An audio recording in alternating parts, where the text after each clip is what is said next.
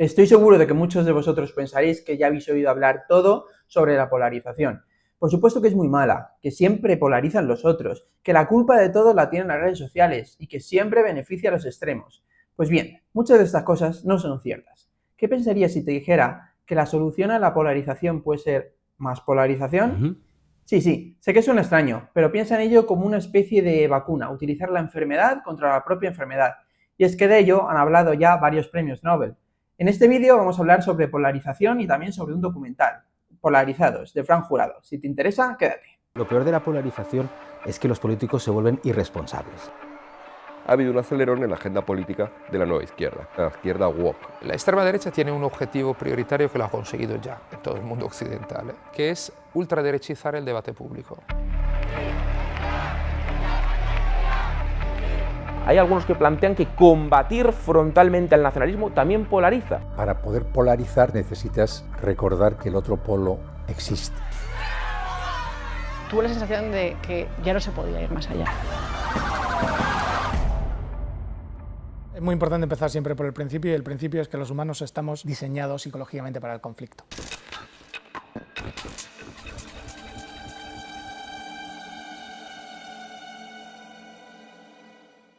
Hola amigos, ¿qué tal? ¿Cómo estáis? Pues sí, efectivamente, hoy hemos venido a hablar de polarización, pero os prometo que vamos a hablar de cosas que probablemente no hayáis oído hablar antes y que voy a hacer un vídeo que espero sea interesante para vosotros. Vamos a intentar relacionar la actual situación política de España con las ideas que tenía un premio Nobel del que seguramente habréis oído hablar, John Nash.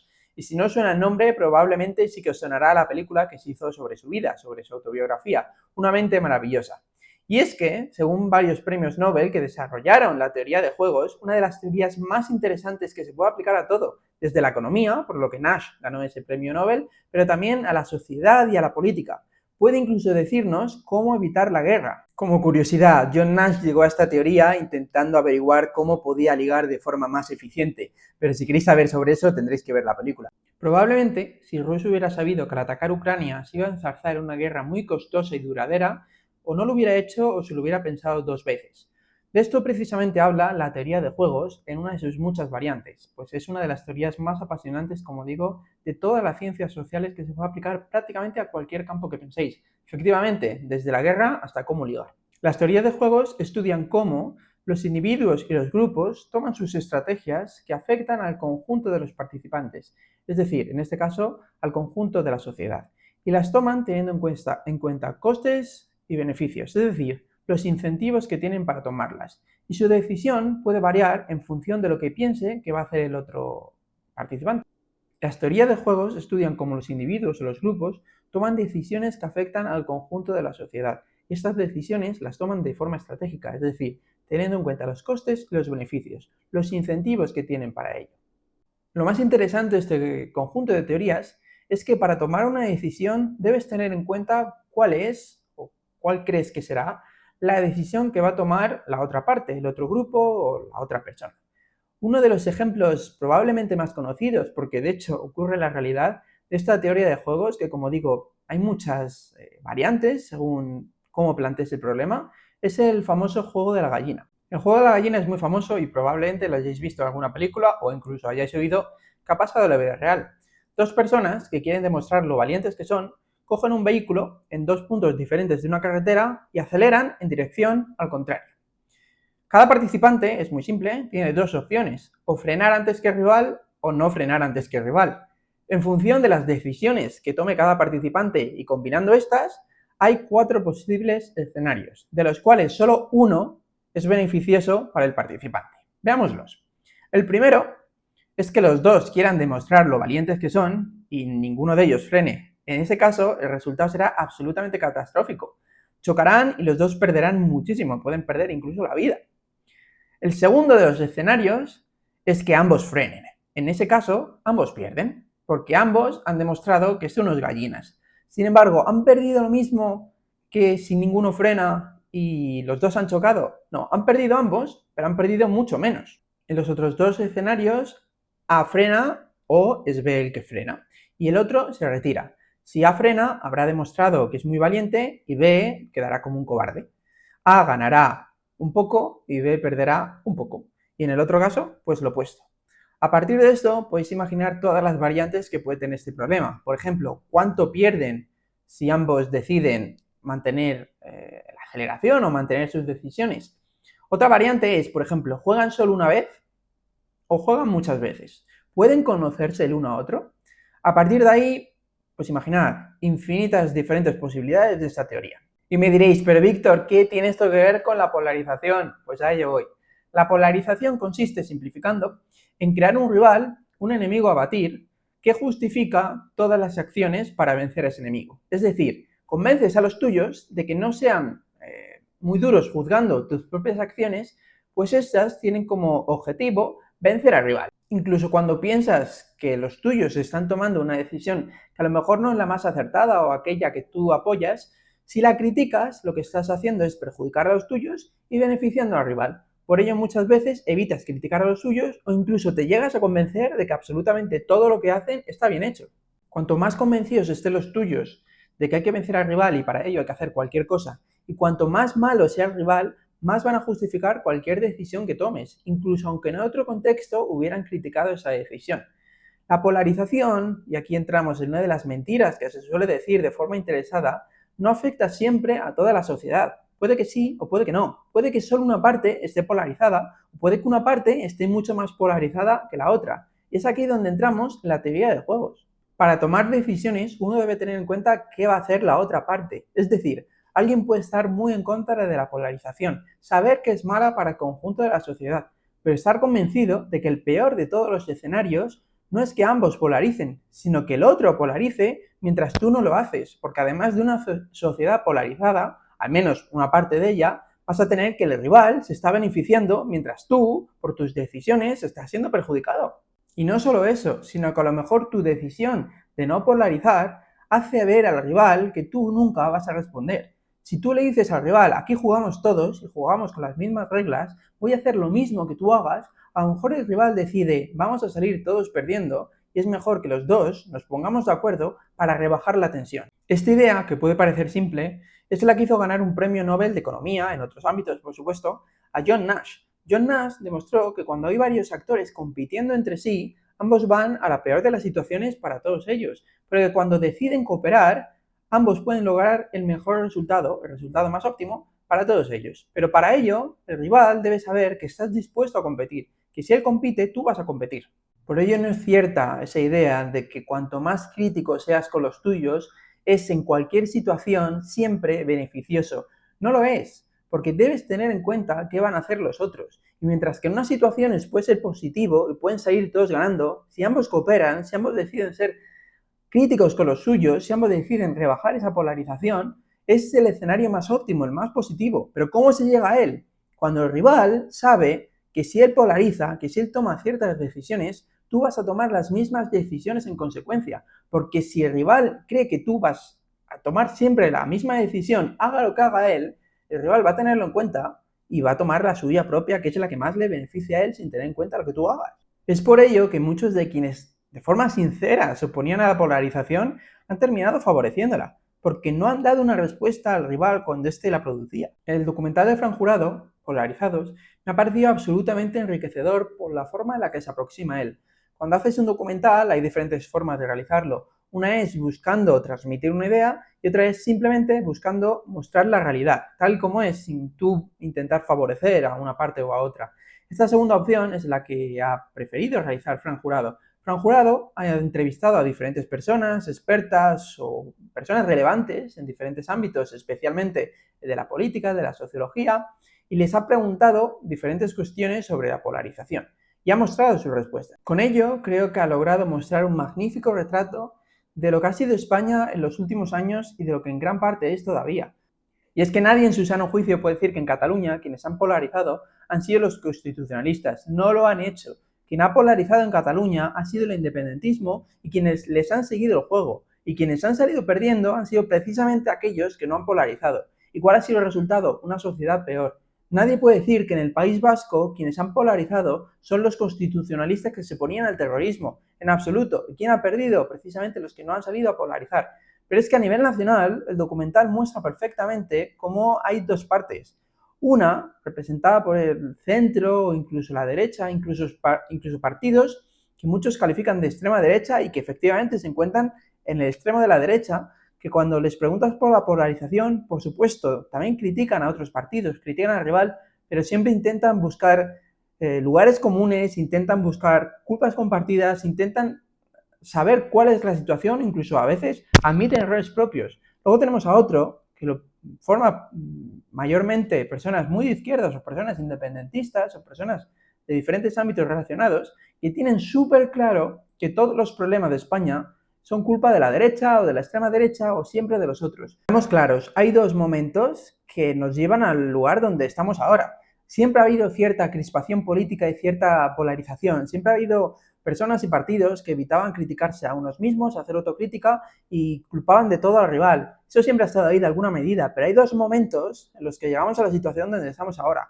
El primero, quizás no tan relevante, es a partir del 15M y de las elecciones europeas, cuando llega Podemos y empieza a transformar toda esa crispación, desafección política en polarización. Es decir, somos nosotros contra el rival. Y a partir de entonces surgen muchos de los problemas que hay en España, pero incluso entonces no llegamos ni de lejos a los momentos de polarización que estamos ahora, porque Podemos, por mucho que Pablo Iglesias se creyese que iba a saltar los cielos, nunca ha tenido el poder de transformar la sociedad española, simplemente se subía a una ola, a un momento que podía haber cambiado y es un globo que se hubiera desinflado, sin ninguna duda. Cuando llegamos a la situación política donde estamos ahora, tiene una fecha súper concreta y quien lo niega esto simplemente está mintiendo. Y es el 1 de junio de 2018, a partir de que Pedro Sánchez llega al poder debido a su moción de censura. Pedro Sánchez ha utilizado la estrategia de la polarización primero en su propio partido. Polarizó a través de esas primarias, haciendo que todo el mundo fuese o con él o contra él. Después barrió toda la autocrítica en su propio partido para poder llevar a cabo un proyecto político que tenía pensado desde antes. Es decir, renunciar a todo aquello que había ido diciendo, renunciar a la idea de que jamás iba a pactar con los independentistas, de que jamás iba a realizar ninguna concesión para llegar al poder precisamente de la mano de estos independentistas. Y para ello fue necesario que polarizase la sociedad al máximo posible, que la izquierda, que sus apoyos estuvieran polarizados. Estamos donde estamos porque Pedro Sánchez llegó al poder en una moción de censura y para ello tuvo que polarizar la sociedad hasta límites que nunca antes habíamos alcanzado. Y esa es la realidad. Vox, ese partido de extrema derecha al que mucha parte de la izquierda, prácticamente toda, culpa de la polarización, no surgió hasta diciembre, como partido relevante, no surgió hasta diciembre de 2018, meses después de la moción de censura. Y es que Vox no es la causa de la polarización, Vox es en todo caso la consecuencia de la polarización. Vox ha sido la excusa, ha sido el muñeco de paja que mucha izquierda ha utilizado para movilizar a su propio electorado, para justificar absolutamente todo lo que tenían que hacer, porque estaban luchando contra la extrema derecha y les ha funcionado, pero realmente no necesitaban a Vox, porque antes de Vox, Ciudadanos era ese partido fascista que venía a acabar con todas nuestras libertades. Antes de Ciudadanos era el PP o UPyD, un partido fundado por exsocialistas, los fascistas, la extrema derecha que venía a acabar con todas las libertades. Y es que la izquierda jamás ha necesitado que Vox exista para movilizar a su propio electorado y para crear una especie de enemigo a batir. Pero lo que sí que han logrado desde la izquierda con Vox es que muchas personas en el centro y en la derecha hagan que jamás quieran juntarse con ese partido, hagan que se desmovilicen y hagan que sean tan críticos con los suyos que dejen de ser críticos incluso con sus adversarios. El mejor ejemplo de cómo querer acabar con la polarización, o mejor dicho, no querer participar en la polarización bajo ningún caso, es el de Ciudadanos. Ciudadanos es un partido que llegó con el discurso de querer acabar con la división entre rojos y azules, de querer llegar a grandes acuerdos de Estado, un discurso que a mi parecer era el que realmente necesitaba España. Pero la situación cambió. No era la misma la situación cuando Ciudadanos, a partir de las europeas y a partir de las diferentes catalanas, elecciones generales, fue creciendo al entorno, al contexto que había a partir de la moción de censura. Y sin embargo muchos querían mantener esa decisión de no participar en la polarización bajo ningún caso, hasta niveles tan extremos que llegaron a ser más críticos con las propias decisiones que tomaban los suyos, sus propios líderes, que con lo que estaban haciendo otros líderes. Eran más críticos con los suyos porque no estaban de acuerdo en una cosa que hacían que con el rival cuando estaba yendo contra todo aquello que ellos habían venido defendiendo. Y por ello Ciudadanos se disolvió. Hemos llegado a una situación mejor para aquellas personas que criticaron a Ciudadanos, aquellas personas que defendían los grandes acuerdos de Estado y una menor polarización. Probablemente no. Es más, no. Hemos llegado al opuesto, hemos llegado a una situación más polarizada y hemos llegado a una situación donde el rival, el más polarizado, el que tomó esa estrategia de polarizar a toda costa y realizar cero autocrítica, ha realizado todo aquello a lo que se oponían los muchos críticos de Ciudadanos. Y estamos en un momento peor. Y este es quizá el mayor ejemplo de cómo a veces querer acabar con la polarización a cualquier coste, ser más crítico con los tuyos que con el resto, realmente no lleva a una sociedad mejor, al menos en términos políticos. Lleva a una sociedad peor. Ciudadanos es el caso quizá más extremo de esta autocrítica desmedida y de esta oposición completa a la polarización a cualquier coste, pero no es ni mucho menos el único. Hemos llegado a vivir situaciones tan ridículas, y permitidme el símil, creo que lo entenderéis, donde estamos dejando de hablar de que uno ha matado a puñaladas a otro porque el novio de una ha pegado un arañazo a otra persona y hay que ser muy autocríticos con uno mismo. Por lo tanto, dejamos de hablar de la situación donde uno ha matado a puñaladas a otro para ser muy autocríticos con unos mismos y hablar del arañazo que ha pegado el novio de una a otra. Como conclusión, y volviendo a la teoría de juegos relacionada con la situación política que vive España, que ha vivido y que va a vivir, la polarización, considero, y creo que es un hecho, es algo indeseable, es algo que hace las sociedades peor. Pero el punto óptimo no es aquel donde uno polariza y el otro hace todo lo posible por no polarizar, no.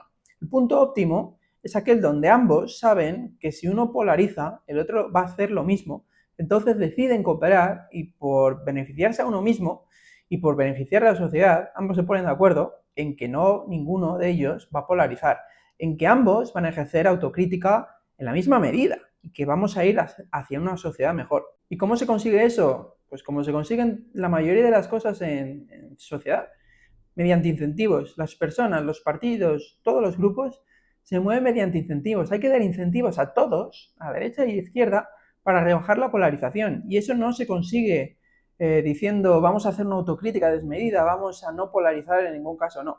Se debe dar al rival, a todos, la opción de cooperar, la opción de vamos los dos a rebajar esa polarización, vamos los dos a tener cierto nivel mínimo de autocrítica. Se entiende que se va a criticar más al rival con lo mismo, sí, pero vamos a tener una mínima autocrítica. Pues si vosotros no lo hacéis, no esperéis que nosotros lo hagamos. Eso, así se generan incentivos. Lo que no puede ser es que haya una autocrítica absolutamente cero por una parte y haya una autocrítica absolutamente desmedida por la otra parte, porque así solo se generan incentivos no para cooperar, sino todo lo contrario, para que uno genere más y más polarización, pues así va a ganar. No. Si uno genera polarización, debe saber que la otra parte va a hacer lo mismo, por lo tanto, debe tener incentivos para no polarizar. ¿Debemos responder a la polarización con más polarización y tener una autocrítica absolutamente nula? Creo que debe haber unos límites, sin duda. Creo que cuando se amenaza el Estado de Derecho, cuando se amenazan las libertades, cuando se amenaza lo más básico en lo que uno cree, da igual lo que haga el rival, hay que ser autocríticos con uno mismo, con el partido al que se apoya y con las personas que toman esas decisiones, incluso aunque sea tu jefe, tu amigo o quien sea. Cuando afectan a lo más básico, lo que tú crees, da igual lo que haga el otro. Hay que decir, basta, hasta aquí y yo me pongo.